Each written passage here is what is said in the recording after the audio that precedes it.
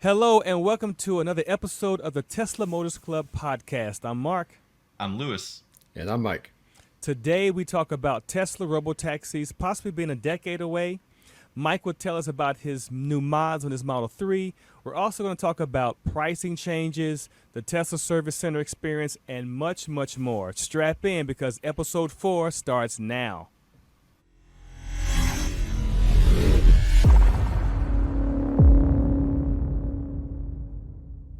Gentlemen, it's great to see you guys back for another episode. Hope everything was well with you guys. Let's just jump right into it. Lewis, you heard earlier, some of us have read that Morgan Stanley analysts went to the Tesla Fremont Center this sometime this week, and they were talking about the FSD and robo-taxis and things like that. So tell us your opinions and your thoughts about how that all worked out. Sure. Morgan Stanley, like you said, they went to the Fremont Center.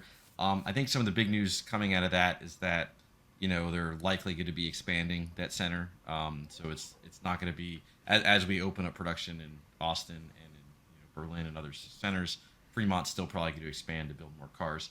But there were some interesting tidbits that came out of the report that they published. Probably the biggest one for me was around the FSD, where basically they basically implied that, or actually explicitly wrote that FSD, as far as around like robo taxis or like cars fully just driving themselves autonomously, they don't see it happening in the next decade.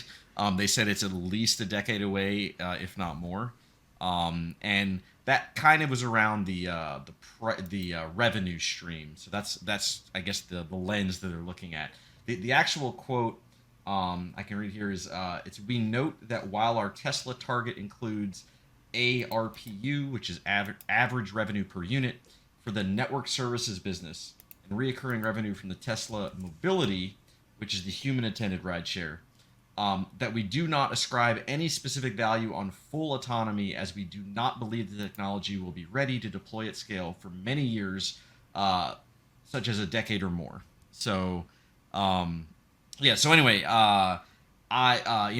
it's not to say that full self-driving, as far as a feature, as what they're selling now and what people are purchasing, with you being in the car and it doing all of that, they're not saying that that's more than 10 years away. Although I would be, personally, from a technical standpoint, I wouldn't be surprised if that takes more than 10 years. But they are getting closer, but still.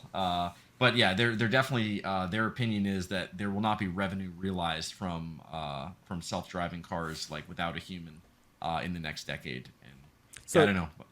So do you think this is going to prevent people from from either purchasing FSD at the start or from subscribing to it? Do you think hearing this news is going to make people say, "Well, I'll just wait until 10 years from now"? Do you think that's going to change people's mindset? I mean, I feel like most people that are interested in FSD or interested in Teslas are probably going to buy them anyway, such as myself. I don't believe that FSD is going to be here in the next certainly 5 years. But I still bought it and I still paid the 12 grand for it. Yeah. So Same. I mean, Same. I think that's going to be a thing. However, is it going to be widespread? Like, the media always grabs these little snippets and they run with Exactly. it, and I think the buzz around saying like, oh, financial folks don't think it's going to happen, FSD in the next 10 years.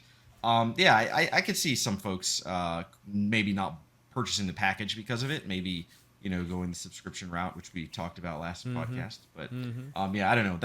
I agree with the analyst in this case, and it still doesn't stop me from buying it. So.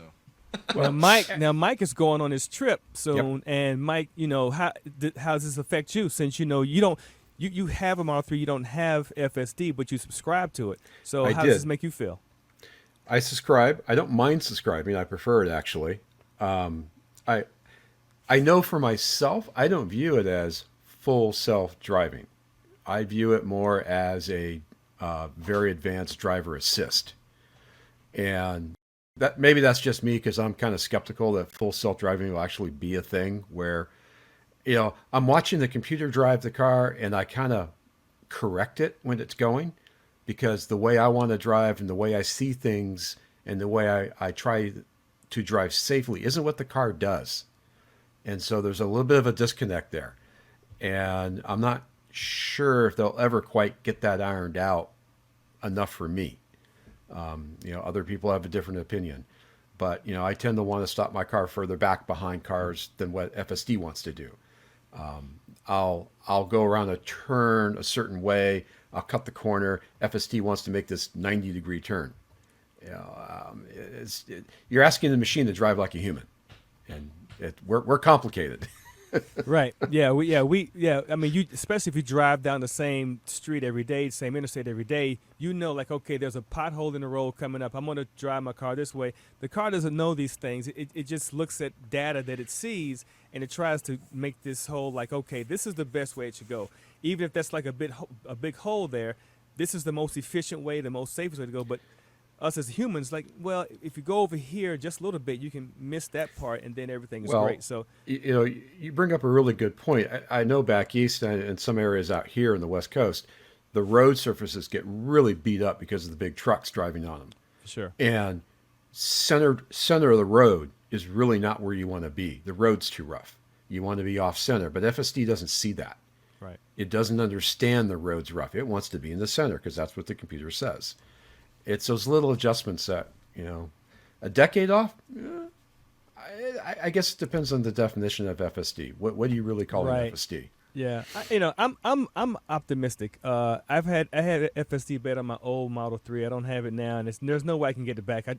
I tried like one day last week to opt into the beta, and I tried to Oh. drive, and with a performance Model 3, there's Yeah, no way I can do my that. safety scores aren't going to do it for the Yeah, beta. and Sorry. and 6:30 a.m. traffic on the 101.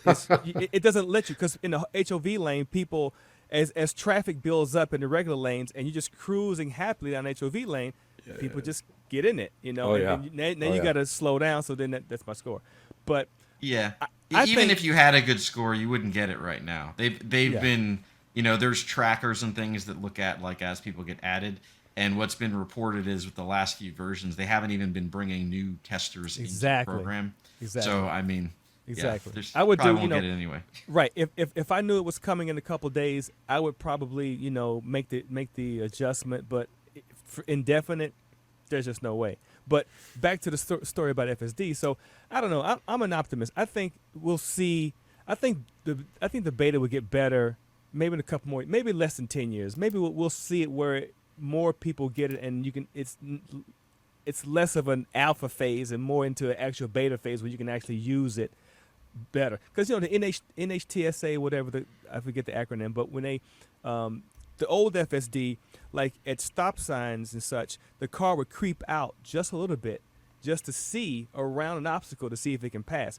That was cool as ish. Okay, trust me, that was really cool. But the government didn't like that. It's like, we don't like you doing those types of things. And so it was a somber moment for a lot of people in the beta. But we understand, you take 2 steps forward, maybe a half step back. But the time I had FSD beta from November till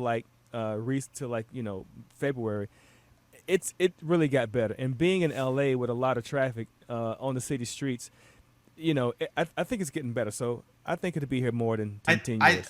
Just again to be clear, because defining what it is important.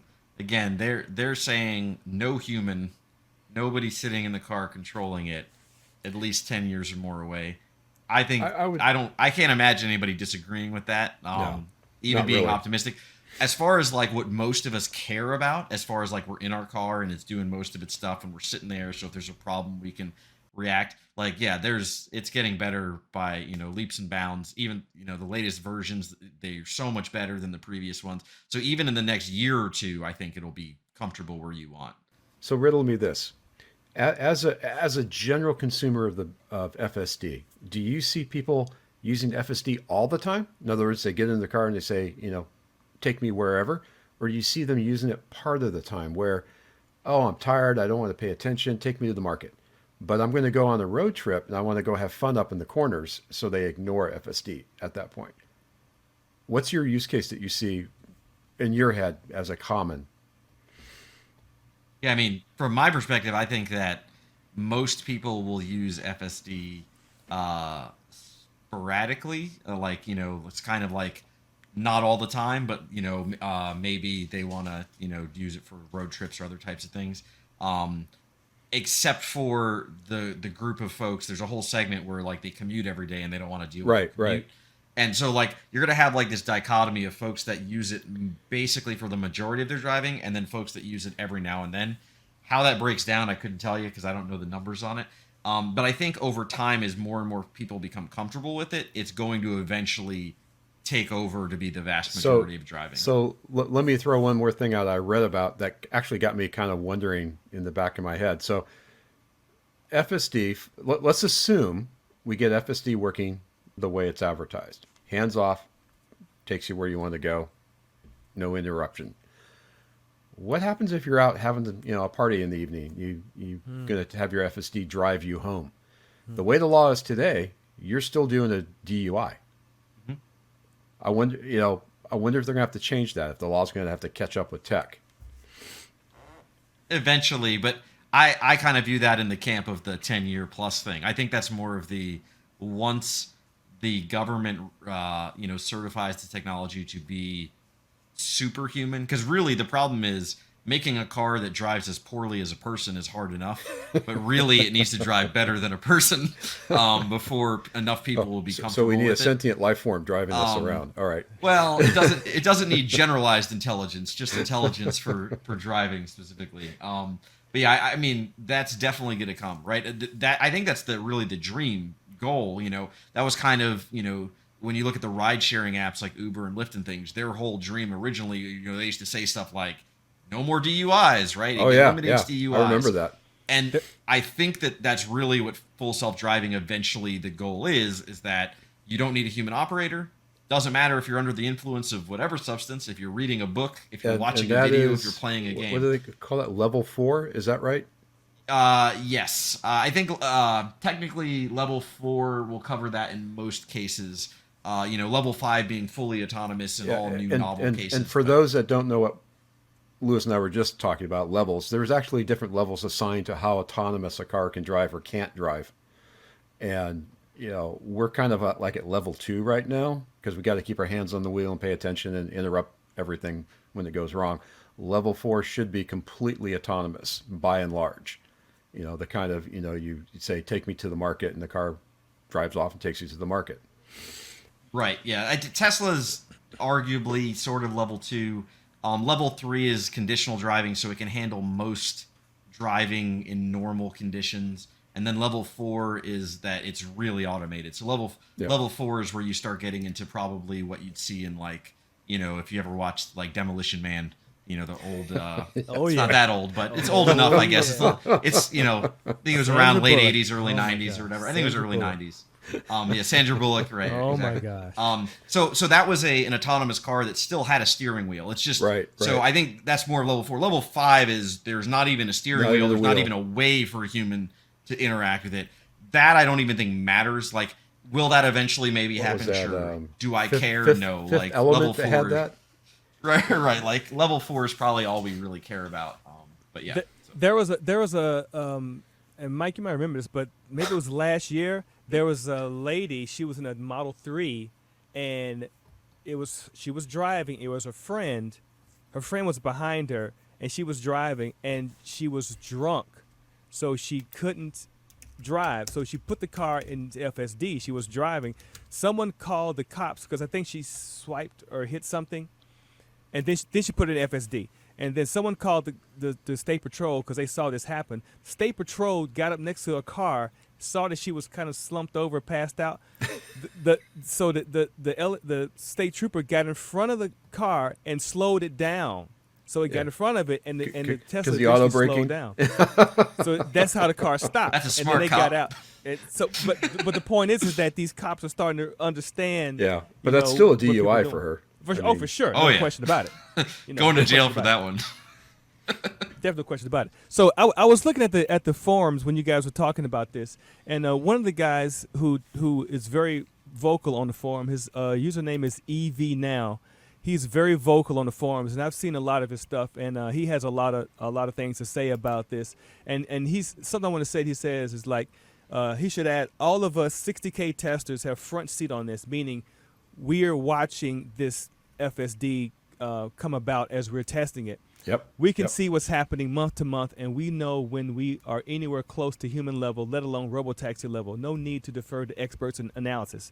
So, yeah, the experts are going to say this is what's going on. Maybe that's for the shareholders to say what they're going to say, but these people who are in the car day in, day out, who test it day in, day out, they know, they see what it is. No matter what lip service or whatever is being said, they know where it is and their comfort level. And so, I thought I'd just mention it because he's very vocal, and I think he makes a point there.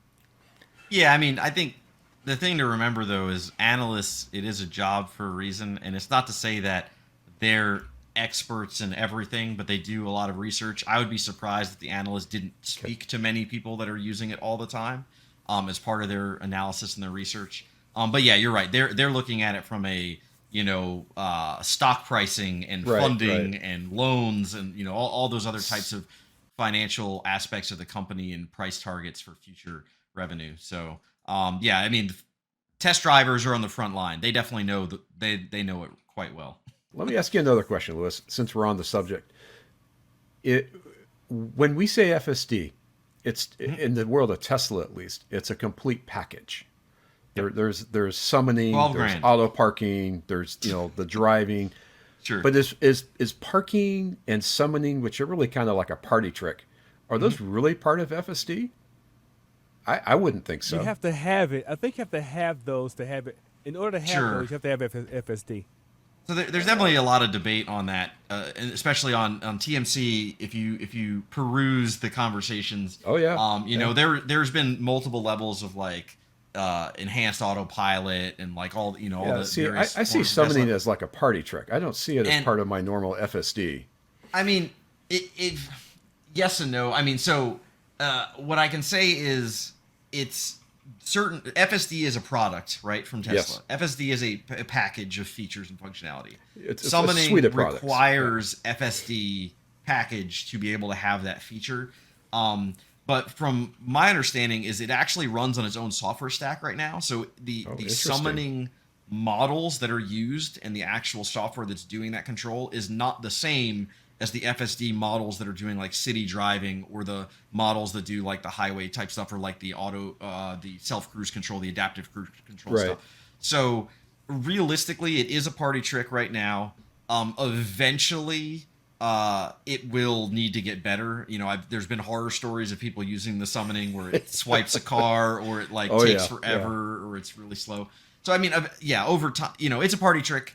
I think it has a potential real value, though, right? Like there is the notion of it would be great, bad weather and other things for your car to pull up and pick you up. Absolutely. And I think obviously to be truly autonomous, even mostly like level 4 capabilities, you would need the car to be able to do that in a parking lot, right? So eventually, I think it'll all be combined and will be one thing. But yeah, I mean, it's most. Let's put it this way: new technologies, half the features of new technologies are party tricks, right? Like, I mean, Agreed. Why does the car have the dance feature and the light show and all those things? Those are party tricks. It's a party trick. Sure. It's cool programming and it's impressive as hell, but it's a party trick. Sorry, go ahead, Mark. So I haven't done it on my second one yet, but the first one I used summon twice. The first time I haven't tried yet. I was with this girl, so I was like, you know what? Let me just call my car over. So okay. So we were. I had walked her to her car, and she was like, "Oh, I'll walk you back." So no, you gotta walk me back. Let me just summon my car. So it actually came out of the parking spot, turned up the thing and stopped right in front of us. So it did that. Wow. Now the second time I did it, I was at Best Buy and it was around the corner. So nobody was out. It was like a Sunday afternoon. So all right, I'm gonna try because no one's around in case it screws up. So it came down the side of it, and instead of turning towards me, it was going to go. It went down and then came around. So I just stopped at that point. I was like, no, because I couldn't see it. So at that point, I was like, oh, okay, all right. Let me just not wrap this up. But the one time I did it, that was the first time I did it. It was flawless. It came right out, stopped, and it was in the part. It was the coolest thing. So that's cool. I'll definitely look forward to playing with it, but I think it'll be really where it'll come to fruition is when it's fully integrated into the new self-driving technology stack and like doing all that. And within if you've seen, like, they have updated visualizations and how it's like predicting where things are Yeah. going to be and all that. It's getting much better. But unfortunately, the summon feature is not leveraging all those new capabilities yet. At least that's my understanding. Yeah. So we know Mike is going to be on this fantastic this thing he's doing next week is this fantastic journey he's on. So he's been modifying his car, getting it ready That's for the right. road. That's right. So he did some skid plates and a rear sway bar, right? Is that right, Mike? So, th- yes, I'll be on the road trip. Going, I'll be testing out all the superchargers in Arizona. Finding my way around. But in preparation for the trip, I wanted to replace the two cardboard shields they've got over the front. If you have anything other than a standard range plus, like I do, your front motor, and the cardboard shield that's on the rear that covers up the rear motor.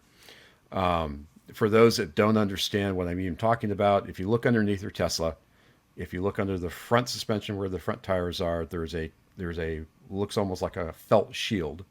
They call it a splash shield. There's one on the back that covers up the back motor, same thing. As it turns out, if you run over something in the road, like a rock, it will go through that, and it can actually hurt things underneath your car.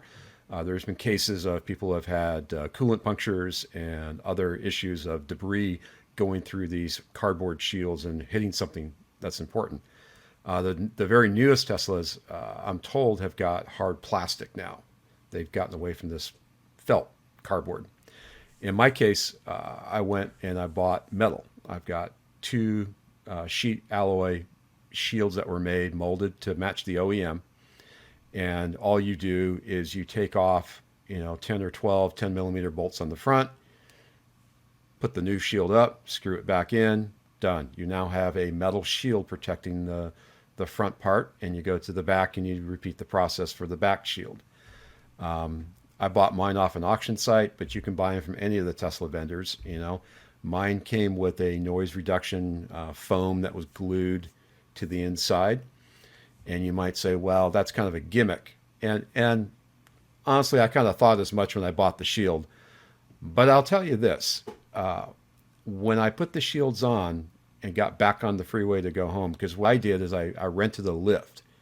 And so I was able to lift the car, 8 feet in the air, work, up over my head very comfortably, get it done.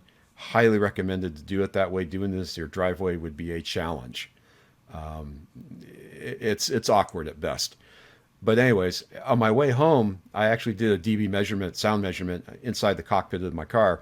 I went from 68 dB average down to 64, 63 average on the same stretch of freeway that I ride 2-3 times a week.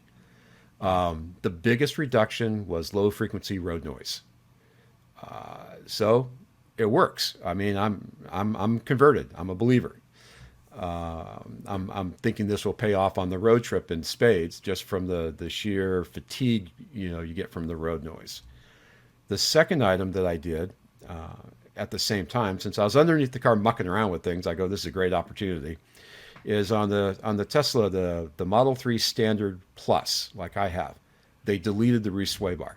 It didn't come with one, and there's a lot of debate on the forum about whether you need it or not. And it comes down to a couple things. I believe you need one. And I say that because my Model 3, before I put the bar on, would what they call bump steer. You'd hit a bump in the road and it kind of bounce one side and the other side wouldn't track quite right. It'd be a little twitchy back there. Not unsafe, not dangerous, just, I came out of the Audis and the BMWs, and so I kind of noticed that. When you put the rear bar on, and what I got was a OEM performance bar, M3 Performance, takes 4 bolts on the frame, and it takes 2 bolts on each side. That's it. That's all it takes. And the holes are there, they're drilled, they're tapped, they've got the Loctite. All you got to do is buy the bar, the end links, and the bolts you need. It takes about 15 minutes to put the bar on. You immediately get a much more confident ride out of the car. It feels better. It feels more solid in the back. It doesn't have that twitch factor anymore. Now, where a lot of people get into the debate is, well, the car understeers. Yes, the car understeers, and you want to get rid of that. Maybe. Depends how you're driving. If you're going to do all track, all right, I'll grant you that. But I'm not. I'm on the street. I'm do spirited driving occasionally. So a little understeer is kind of safe. It's safer for most drivers. So I'm willing to Yeah, live but with that. the rear sway bar can give it oversteer, right? Depending It can. on It can. If you right. stiffen up too much, you're absolutely Okay. right. But in this particular case, with this particular design, it is not. There's still understeer, even with the bar, just a lot less. Gotcha. Okay. I would say there is. Now, this is just my head in my driving. I would say there's probably a 40 to 60% reduction in understeer. Not so much for a diving turn where you just kind of go wide and smooth. It's when you really tighten up the wheel and you want to get that real hard turn that you'll see it. Okay. I don't have any problems with the back end wanting to break loose. It doesn't slide out from under me. I don't get drifting. It So I just think works. for those of you watching from YouTube, do we have some pictures we could show? I think. No, I did put pictures up in the forum. I have a thread. Okay. Oh, because we have a thread on the forum. There is a Okay. thread on the forum I started, and I put up. And the reason there's no pictures on this, and I did this over my lunchtime. so Okay. Which so is I was crazy. under a That's severe crazy. time constraint. That's insane. To get this work done because I had meetings like in 45 minutes. So it was like, get to the car, get it on the lift, put it in the air, wham bam, thank you, ma'am, out the door. Now, so as we know that there's lots of people that get these Teslas that aren't as much of a gearhead as you are, Mike, and aren't as comfortable to get into a car as you are. So, would you say that these modifications are fairly simple to do for the layman if they have the proper tools? So I would say yes with a qualifier. And the actual mod, the skid plates themselves for the front, I think it's 10 millimeter screws, bolts. And then there's two nuts that I think are 15 millimeter. That's it. Socket wrench will do you.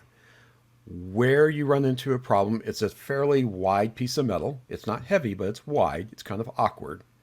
And so if you're doing this on your back in the driveway, getting the car high enough is a little bit of a challenge. These cars are very low and they're very heavy. So you need to put it up on blocks or some type of stand. And if you can do that and feel comfortable with it, awesome. In my case, I rented the lift just because of that reason. I actually put my car up on drive up ramps, and I looked at that and I said, no, not doing that. I paid the $40 and rented the lift. Which brings up another point. If you do choose to do this yourself, or if you pay somebody to do this, make sure they use the little rubber pucks on the frame. Not everybody's used to working on Teslas yet. And to lift your Tesla, there's 4 points on the car to lift from. There's a little round hole on the bottom that you can see. There is a puck that fits into that hole and snaps into place, a rubber puck. And it protects the frame from getting crushed or the battery from being damaged. And not only that, it gives you a nice visual. It says exactly where to put that lift point. Some mechanics haven't figured that out, and they just throw the jacks under there, and there you go. What's funny is I had a experience of my my car before Tesla. I had to remove the front skid plate to change the oil filter, and it was such a pain because I had seriously to change the oil filter. It was on a Nissan, and underneath basically there's this skid plate. Now you don't have to fully remove it. There's a section where you can just remove like half Like a a dozen little bolts, access? and then it kind of folds down. Oh, interesting. But I'm like under the car on a lift. I lifted the car, but not an 8-foot lift, right? It's a Right. normal jack stand and kind of thing. And I was under the car, and I'm like, I can't easily get to this. Like this Right, is you too can't much reach of it. a You pain. can't get the leverage you need. So I was like, all right. So I ended up removing the whole skid plate on the front. I just, it was like, 15, 20 bolts. Yeah. Remove that whole thing, and then I had to do that just to change the oil filter. And I was just like, that was a pain, but I can see, like, so I'm impressed you were able to do this whole job in under an hour. Of So let's be clear. replacing the I plates cheat a and little putting bit. the sway bar. I've got my Harbor Freight, 3/8 drive ratchet, which lets me get the small screws out in a real hurry, and I've got the Walt battery operated 1/2 inch impact for the bigger screws. Gotcha. I can't highly recommend going some type of electronic driver to do this job, or you'd be there a long time, twisting your arm trying to unscrew and screw these things in. Sure, that makes sense.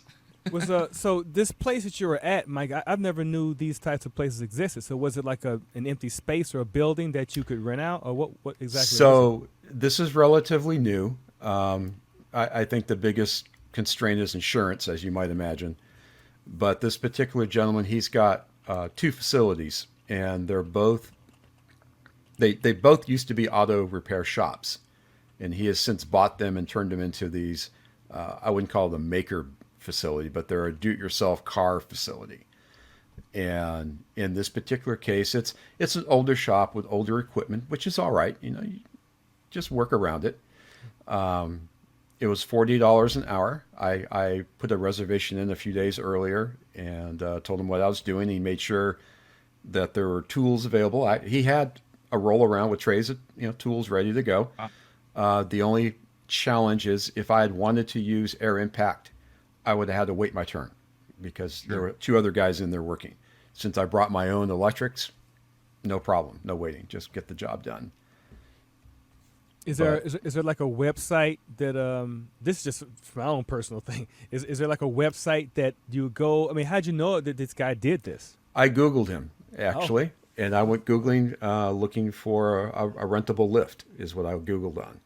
Oh, nice. And, Here's the thread. So yep, we're looking there at it the is. thread here. You can see the lift in that picture. Oh, very nice. It's a slightly older lift on the outside. He's got a newer one that's inside the building, but it was in use.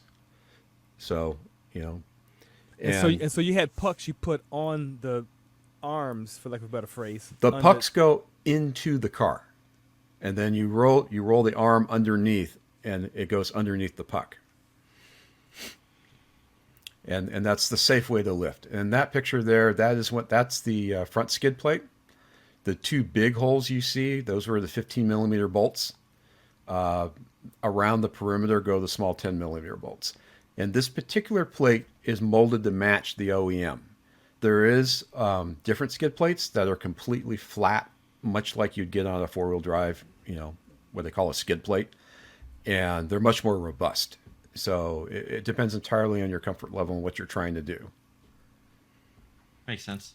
That's really cool, man. That's a cool project. Yeah, it is. The sway bar. So a little bit. Talk a little bit about that. That seems simpler to install because the hardware was already, the infrastructure was already there, right? Let's get some terminology correct here. People call it a sway bar. It's not. It's an anti-roll bar. Anti-roll bar. It's helping your car from rolling from side to side.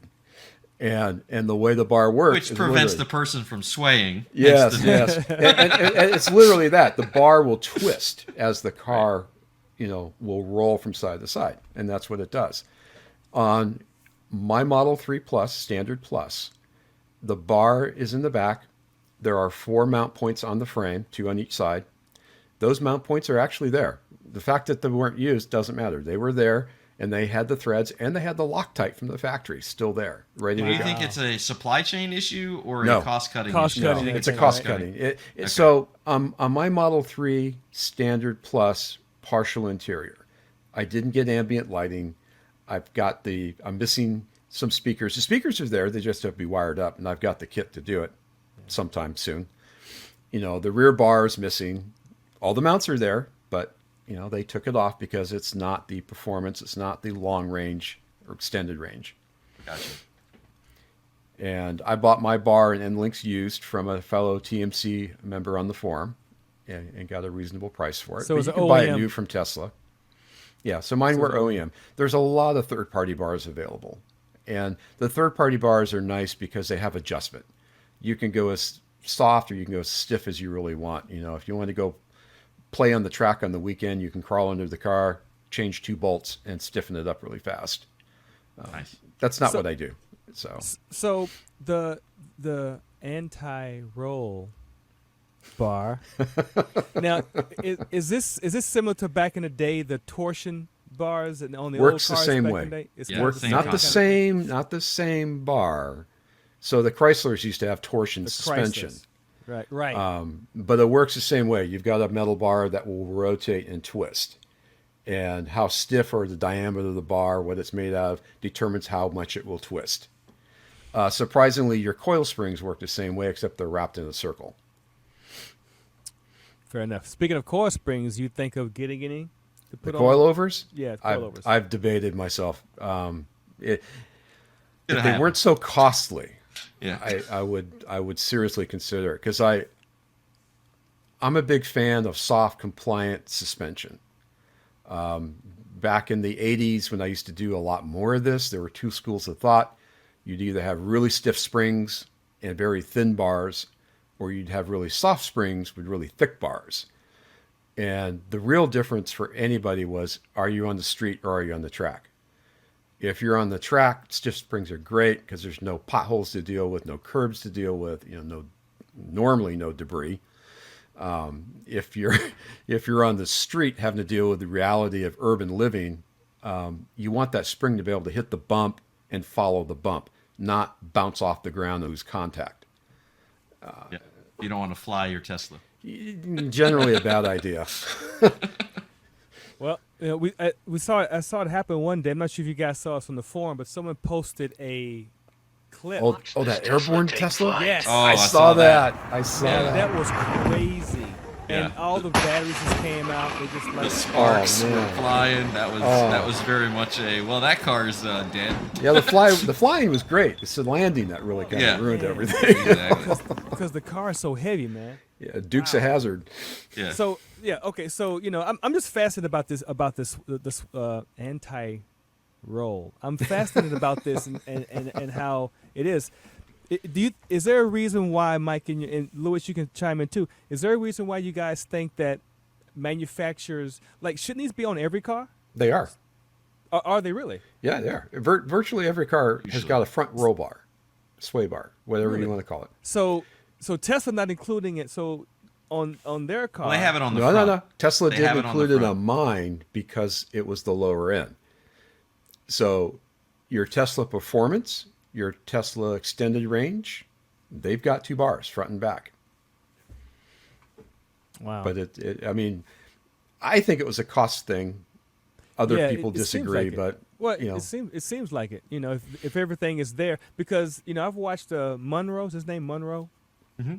So he the guy is very knowledgeable at what he does. Oh, And yeah. so he's his videos shown where those push pins that you put into the. yeah, He showed how Tesla removed these here and explains why it's a good idea because they modified this section that so.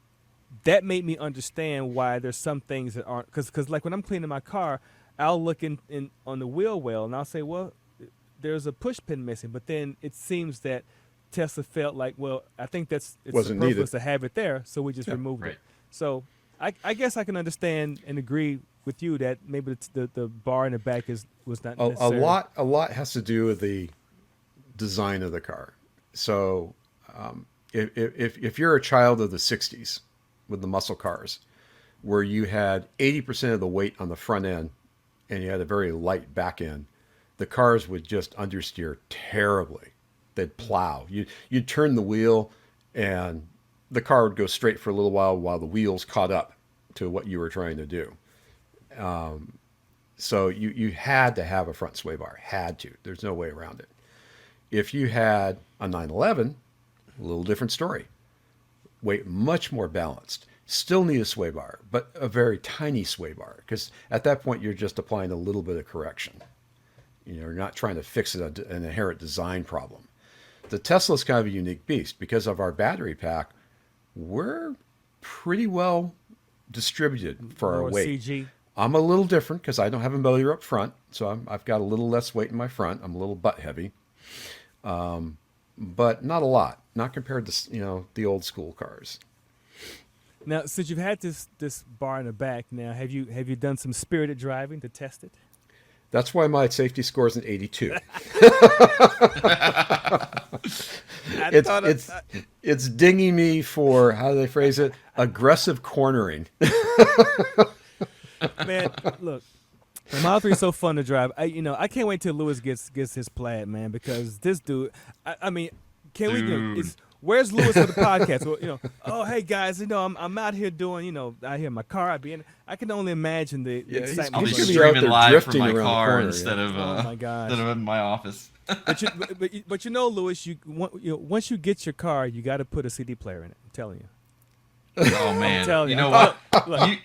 You know what? We differ there. So you should talk about the CD player thing because Hey, man, I'm sure not everybody's seen that, but I am not the CD player what? guy. CD what? Yeah. CD player. Look, I was on the site and doing my troll, and this cat by the name of Johnny Young 1234. He has a Model S, so I don't always go in the Model S. My wallet won't let me go in there, but I was feeling kind of cool. I walked in there, and he found an actual CD player. So this struck to me well because I'm a nostalgic guy, so I still use cassettes. I use Oh, that's funny. I use formats from back in the day. My favorite thing that I use in my car is a mini disc player. These are, I'll show you a picture. These are small MDs. They're magneto-optical discs, and you can record on these things like a million times. See, I thought they were just a little sparkle ball they hang from the rearview mirror nowadays. Yeah, thanks, Mike. But this one here, this one came out in, this is a 1993 one, and it still works perfectly. vintage. And it still records. And this is my MZ1, which is the first. This is the first one Sony ever made, and it's huge, but it's got optical in, and the thing is built like a tank. And so you put the disc in, and it's basically a CD player that you record on. And so I went through lengths to be able to get this Bluetooth thing and this thing to be able to play this in my Model 3 just to be able to do it, because I'm just an old school lover of this. But so when I went on the site and was trolling through, this guy actually had it. And I was like, wow, does it actually work? Because I know that there's no data, I think, on the USB port, so how does it talk to it? But the CD player, when you plug it up, it actually on the screen, they're seen as individual files. You can just click on them and play it. Wow. So, and there's also, he even also put some photos on the site that see where it installed, and he installed it right at the side there of the console. There was also another person in the Model Y who felt skeptical and also got that as well. Now, for me, I may not get that because I'm in love with my mini disc player, but I think it's a cool thing because there's lots of people in reading the forums. There's lots of cats who are, they may be older people, and no disrespect, they may be older people who they just want simplicity. Like, you know what? I got a bunch of things on my CD player. I'm not good at converting files. I don't want to have time for that. But man, if I could just listen to Barbra Streisand on my CD from back in the day, then I can do it. So now you have this CD player. So you're chilling in the Nest or the Y or whatever. You're chilling, and you're just like, oh, you know what? Let me just pop this in, and it just goes in there. Yeah, you click on the screen, and you're done. So what you're really saying is the tech, they know, they're used to it. No mess, no fuss. That's what I'm saying. It's very simple. It's very easy to do, and I think more people would probably get it if they knew it. I didn't know it. I knew there was a problem. I just didn't think that it was an option at all. But this, I think, may be a game changer for some people if more people knew about it. Yeah. I think so. Come talk to me when I can play my 8 tracks in there. Hey, back in the day, you used to put there was an option. This is before my time, but I do remember this. There was an option where you could have records. There was a records player that you could put into these cars. Yeah, I've seen it. Yeah. I've seen it. I'm gonna put a vacuum chamber with a magnetically suspended record. Yes, so that I can because just see otherwise that- every I can time you just hit see a that bump, needle it's gonna bouncing, skid, you know? it's gonna scratch. Hey, look. Back then, my grandmother had a car, and I'm kind of getting off subject, but my grandmother had one of her cars, and one of the cars she had, and the air conditioning was totally optional. So they had to put this little thing up under the dashboard for air conditioning. Big box, yeah. Yeah, a big, huge box. And, so we've come a long way, man. But I'm saying some things, having to be able to play a CD, I got lots of CDs, that I don't feel like converting. But, man, every now and then I feel like just listen to a certain song off of them, and I know the possibility to play it. I think it's pretty cool. So, I mean, the guy got a little hate. He got a little hate on the friend, like, oh yeah, what's going to be next? It's a can and a string. So, but my point is Hey, you know what? You know, The beauty about the Tesla that I've learned in owning it on the Model 3, now I'm only going to speak to the Model 3, is it's like Legos. I mean, you can snap this car apart and put it back together again and make things fit and do what you want pretty readily. I mean, sure. it's not a hard car to mod. It's not a hard car to work on. it's an IKEA You want to car. put your CD deck in there? There's a way to do it. I mean, Yeah. you just got to be a little clever about it. Yeah, the point is just that we all want to make our cars unique. There's lots of Absolutely. us on the road, and we all want to make it unique to us. We want the creature comforts of home in your car. So I think it was a pretty cool thing that he found it out, and I like I said, I think more people. What you really want to do, Mark, is take your CD and run it through the boombox. I know you. Well, anyway, Oh, man. So all right, so anyway, so earlier, I thought it was cool. Earlier, I knew it. I knew it. you know what, Mark? It is cool, and if you want to do it, do it. You know what? Do what makes you happy. yeah.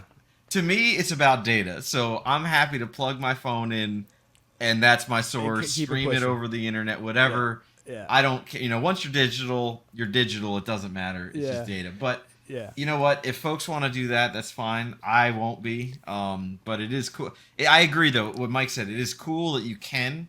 And it's really, and what I love about on TMC is you'll find folks that do these interesting projects, Right. Oh, and yeah. you learn Yeah. about some Right. like unique way that you can accomplish something. And some So, of the projects are not light projects by any stretch. I mean, there's a guy on TMC who's been putting a lot of time into figuring out how to do CSS adaptation on his car. Yeah. I mean, he's building circuit boards and modding wiring harnesses to make this work. right. He's in the weeds. Yeah, You definitely know, in we the got weeds. a lot of skills to pick from out there. Yeah, definitely in the weeds. Sure. Anyway, so Lewis, you were telling us earlier about which I thought was crazy, that when you go into the design studio and you make these adjustments and these updates, that depending on what you change, it could potentially change the price point of the car. And then if you say, oh well, I'm not trying to do that, and you try to go back, it's like, well, you kind of made this adjustment, and so you kind of live with it. But that's kind of not the case. That hurts. So can you tell us something about that? Yeah. So I guess there's two things on price. One, recently Tesla increased their prices right across the board of their Yeah. They their did. cars. Again. And it depends on the model you're getting. It's anywhere from like a few thousand up to, I think the most expensive one was the X increase. The X Plaid went up like 12,500 or something like that, that's a big Ouch. difference. The interesting thing is when I bought my Model S Plaid, when I ordered it, the Model S Plaid was more expensive than the Model X Plaid. And I'm like, wait, what? How is the sedan more than the SUV? Right. They've now flipped it again. So now the Model X is the most expensive car again because it had such a huge price increase there. But yeah, specifically one of the nice things they just changed in the editor. So I don't know if folks that don't know, once you order your car, right, you go on the website, you order the car. It then lets you go in after the fact before you get your VIN, before they assign it, because some folks may be waiting 6 months or more, especially now if you order a new Model 3. It's you won't get it this year. They have the ability to go in and change some of your settings. So if you want to change the color, you want to change the wheel options, choices, things like that. And so I did this myself. I originally ordered my Model S Plaid in January, and I picked the colors and all the things. And then like I started having second thoughts, and because I was debating between a couple colors and which options, and it was like, What do colors? I remove this? Do I do that? And when I bought it, I actually bought it right before they increased the FSD price. So FSD was 10,000 $10,000, this yeah. year. Now it's 12,000, and I'm sure it'll keep going up over time as the features get better. But so when I locked in my price, I was like, all right, I got the $2,000 cheaper price. And then when I changed it, when I said, oh, I want to, I'm going to switch it. I'm going to get this other color, right? And I was basically debating between cream or white interior. So I had picked white, and then I was like, no, I'll do the cream interior. So I switched to cream. when I did that, they said, "Cool, you now owe us an extra $2,000 because FSD went up." And I was like, "Oh man." So historically, what I was reading on TMC is, you can call them up, and if they're nice about it, they might give you the earlier price since your order had the lower price point. But what was crazy was I actually changed my mind back, so I switched from white to cream, and then like a couple days later went back from cream to white. I don't know, it was one of those. I shouldn't have done it, but whatever. But now, what's cool now is if you have a price point in your order and you go in and change an option. So, like, you want to go from 21-inch wheels to, the 19s. It actually just reduces the price that you're paying for the option, or maybe increases it for the price point difference of what you changed. But it doesn't go, oh, by the way, this is more expensive and the base price went up and all these other things. You don't get hit with an extra 10 grand or, depending on your choices. So I think that's a pretty nice change that I wish existed back when I did my order. And especially now, I think if you go to change it, because all the prices just went up a lot, if you want to change any of your settings, like definitely, make sure that you see what the price is at the bottom before you save it, because they're going to bump you up. And if you call them, they might not, honor your original price. But I think that's a really cool change they made. Did you have an essay that you dealt with, or you just randomly? So actually I did. I went to an actual showroom here in Austin when I was looking at it. Standard typical thing. We all do this, or at least I always do this. Whenever I go to a car dealership, because I hate going to car dealerships, I'm always like, in my mind, like, not buying a car. You're not buying a car. You go to this lot, you're not buying a car. You're just looking. Right. 50% of the time you leave, you bought a car, right? Like they do that thing.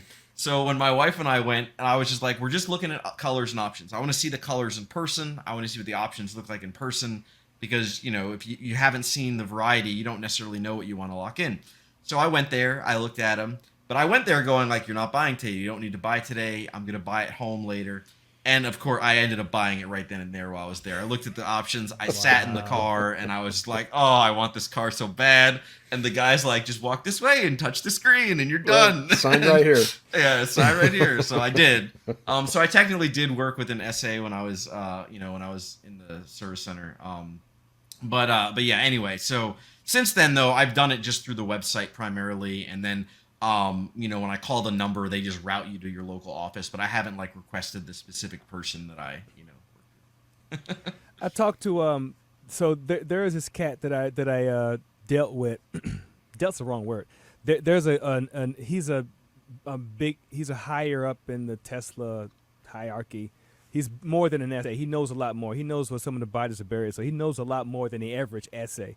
And so I found him when I got my first Model 3. So I was talking to him when I was waiting for my second one to come to me, and he was telling me that the way the way things are now is that an SA, they're getting away from the SA model, and everything is going to be handled completely in the app. Because my first experience when I got my Model 3, the whole process, I was getting texts like constantly. I got an email from a lady. And then from another guy about financing, and then I was getting texts like, "Hey, your car is scheduled to be built between this and this," and then 2 weeks later, whatever, this and this. So coming around on my second one, I was like, "Well, where's the essay? Where are my texts?" And so I reached out to him from 2 years ago. He's still there. He's like, "Yeah, we're getting away from that model because everything is handled in the app." And so from my first experience to now.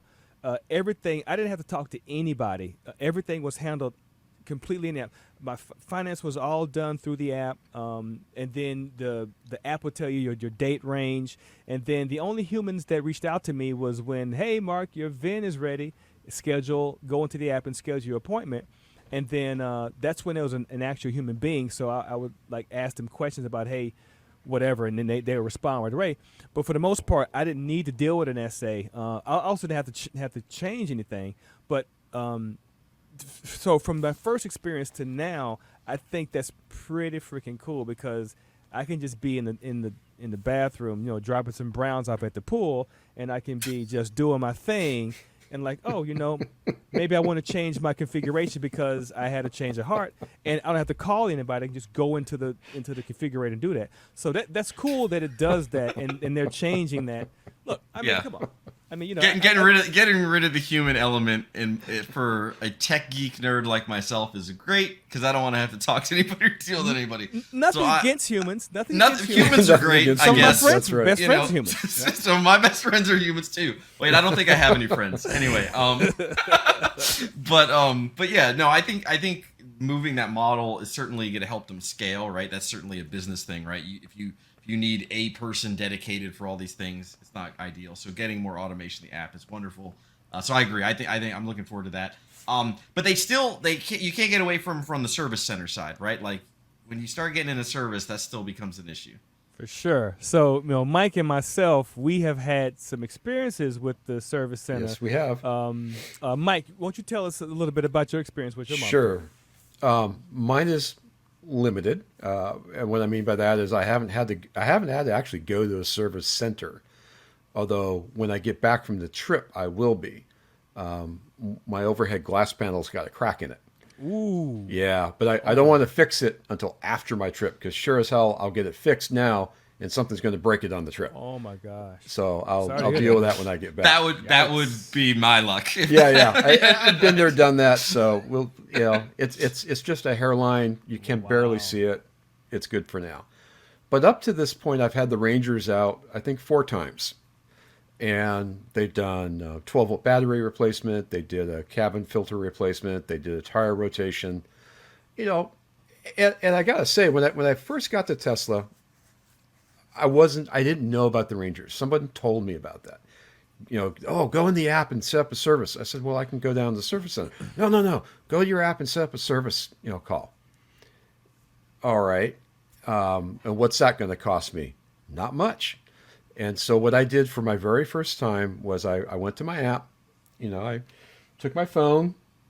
Everyone's got one. Went to the app. Said I want to do a cabin filter replacement. I have the filters. And I figured they were going to say, well, if you don't buy them from us, too bad. Like any other dealer does. Sure. And they wrote back, said, nope, here's your appointment date. We'll be there between 8 and noon. Got your own filter. That's great. $25. I went, really? You're going to come out to my house and change the filters in my driveway for $25? This I got to see. I would pay 3 times that easy. Like I did. Oh man, I did the air filter replacements in my non-Tesla cars, and it's a nightmare. Yeah, I've done it myself too. You got to take the glove box out. Oh, I know. Oh man. And I looked to see how to do it on the Tesla, and they're saying, hey, you got to pop the panel off the console and do this other. I just got the car. I'm not willing to break things just yet. So I went ahead. The guy came out, $25. He had it all done in about 10 minutes. No mess, no fuss. Tire rotation, 15 minutes. 12-volt battery replacement. And the 12-volt battery replacement was great. That was a proactive job on Tesla's part. In other words, I called up and I said, look, I've got this fluttering going with the windows every now and then. And I've read online, 12-volt battery can do this. Mine's 3 years old, blah, blah, blah. They said, great, we'll be out in a week. $89, blah, blah, blah. Awesome. Guy shows up, looks at it, says, oh yeah, battery's defective. That's why you're fluttering. He goes, no charge. So they did the battery as a freebie. So you didn't get any battery warnings or anything like that? No, I never did get a battery warning other than the windows kind of went up and down a little bit on their own without my touching anything. And I've read online on the TMC that that's kind of like a canary in the coal mine, that when you start seeing some abnormal behavior like that, it's usually because the 12-volt supply is low. Huh. Makes sense. Interesting. So from my experience, I haven't had to. Well, that's not true. So my first Tesla, I had to go to the service center because I was driving down the 5 and minding my own business, and then there's a big fat chunk of rubber from a tire from a tractor trailer. Right. The car in front of me ran over, and the trajectory, it went right to the bumper Launched cover. it. It went to the bumper cover, and I heard a pop. I was like, wow. So I get out, and it's a big gash. The whole thing, the bumper needed to be replaced. So I was like, I think I had my car 3 months at that time. So I was a little like, wow.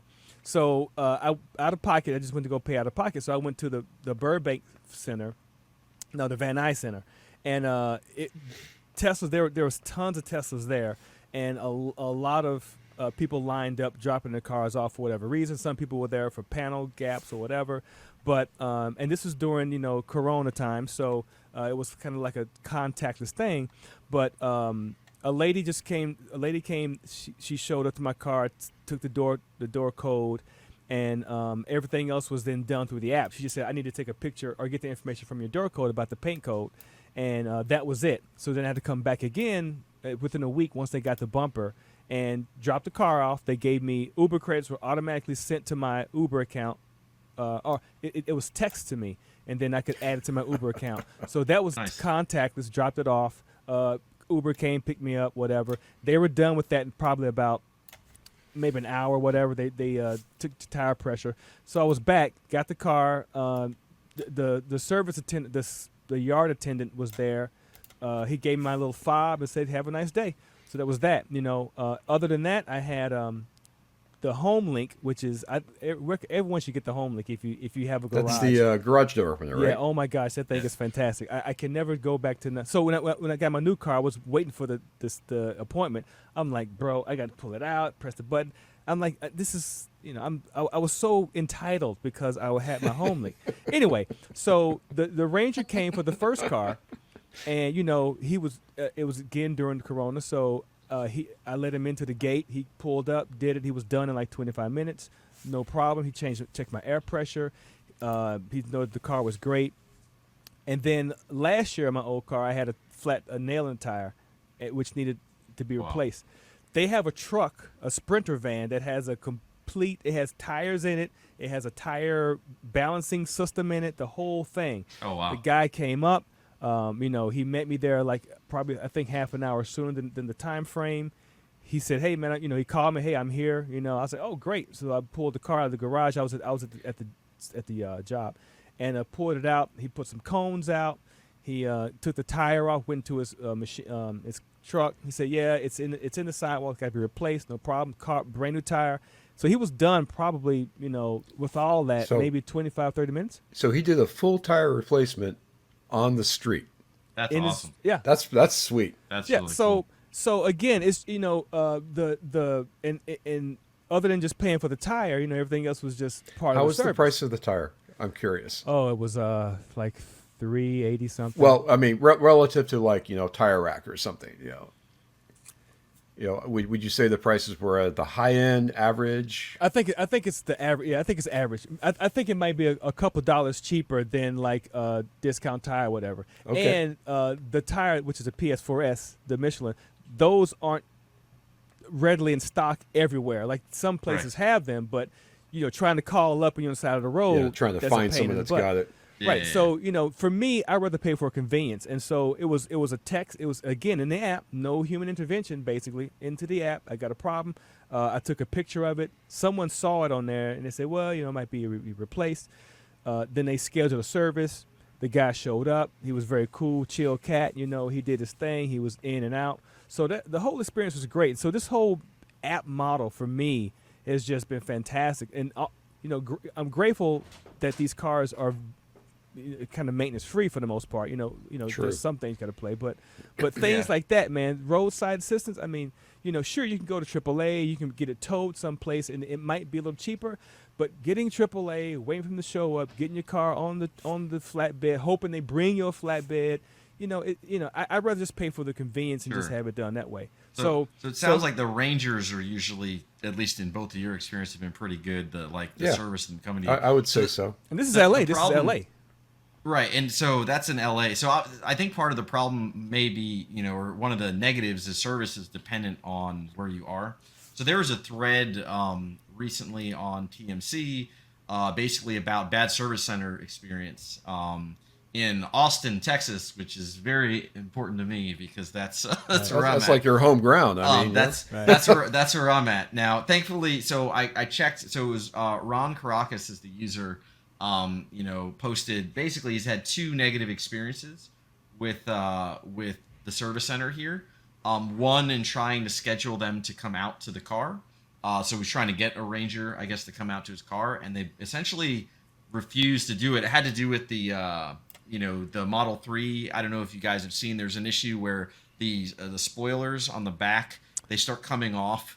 Right. It was actually like a known issue for a while, where how they were doing like they usually use like a tape adhesive. Yeah, double stick And tape. apparently Tape, yeah. it was coming off on some cars, so they've had to go out and retape them down. And basically Ron had posted saying, "Hey, I tried to get folks to come out, and I have this thing is coming off my car," and they looked at the pictures and said, "Yeah, it's not bad enough. Call us when it's worse." Wow. And Like it's when kind it of falls like, off and hits someone yeah, it's behind like, you, yeah. oh, so Exactly. when it kills somebody or when it comes off. Oh. So I mean, who knows? They may have a policy around that. I'm not sure, but so that was one of the bad experiences. The other, he said, was when he turned on his car, he has a noise that happens in this front console of the car. But it only happens like in the morning when he first turns it on or something. It doesn't happen once the car's been used for a bit. So he tried to get them to look at it, and they didn't want to look at his car. He went to the center and said, "Hey, I've got this noise, blah, blah, blah." And they're like, "Well, can you just do it on demand?" And he said, "No."